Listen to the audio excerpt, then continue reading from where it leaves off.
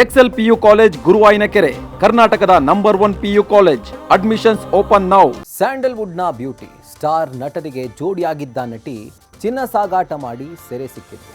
ದುಬೈನಿಂದ ಕೆಜಿಗಟ್ಟಲೆ ಚಿನ್ನವನ್ನ ಅಕ್ರಮವಾಗಿ ಸಾಗಿಸೋಕೆ ಹೋಗಿ ಕಂಬಿ ಹಿಂದೆ ಸೇರಿದ್ಲು.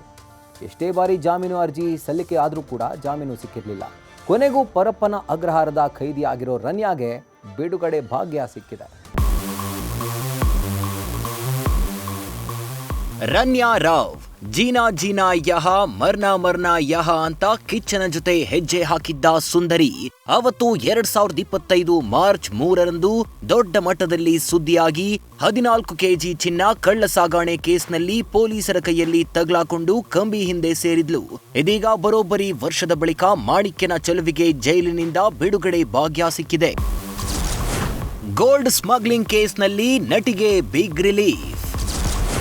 1 ವರ್ಷದ ಬಳಿಕ ಜೈಲಿಂದ Ranya Rao release. Gold smuggling ಪ್ರಕರಣದಲ್ಲಿ ಬಂಧನಗೊಳಗಾಗಿದ್ದ ನಟಿ ರನ್ಯಾ ರಾವ್ಗೆ ಕೊನೆಗೂ ಬಿಡುಗಡೆಯ ಭಾಗ್ಯ ಸಿಕ್ಕಿದೆ. ಆರ್ಥಿಕ ಅಪರಾಧಗಳ ತಡೆ ನ್ಯಾಯಾಲಯ ಕಳೆದ ವರ್ಷವೇ ಜಾಮೀನು ಮಂಜೂರು ಮಾಡಿತ್ತು.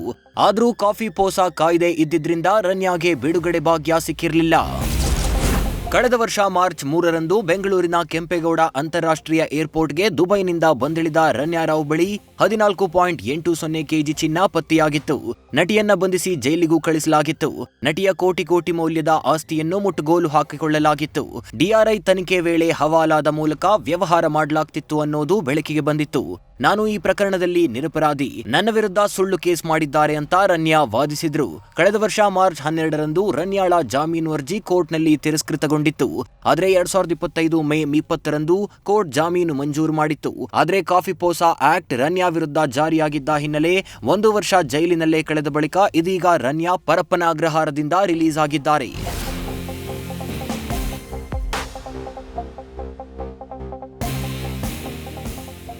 ಒಟ್ನಲ್ಲಿ Ranya Rao gold smuggling case ಇಡೀ ದೇಶದಲ್ಲೇ ಸಂಚಲನ ಸೃಷ್ಟಿಸಿತ್ತು. ಇಬ್ಬರು ಪ್ರಭಾವಿ ಸಚಿವರ ಪಾತ್ರದ ಬಗ್ಗೆ ದೊಡ್ಡ ಮಟ್ಟದಲ್ಲಿ ಸುದ್ದಿಯಾಗಿತ್ತು. ಕೊನೆಗೂ ಪ್ರಕರಣದಲ್ಲಿ ಜಾಮೀನು ಪಡೆದ ರನ್ಯಾ ವರ್ಷದ ಬಳಿಕ ಜೈಲಿಂದ ಹೊರಬಂದಿದ್ದಾರೆ. ಮುಂದೆ ಈ ಪ್ರಕರಣ ಯಾವ ರೀತಿ ತಾರ್ಕಿಕ ಅಂತ್ಯ ಪಡೆಯುತ್ತೆ ನೋಡಬೇಕು. Chandrashekhar, news first, Bengaluru. News first ನಿರ್ಭೀತಿಯಿಂದ ನಿಮ್ಮ ಪರವಾಗಿ.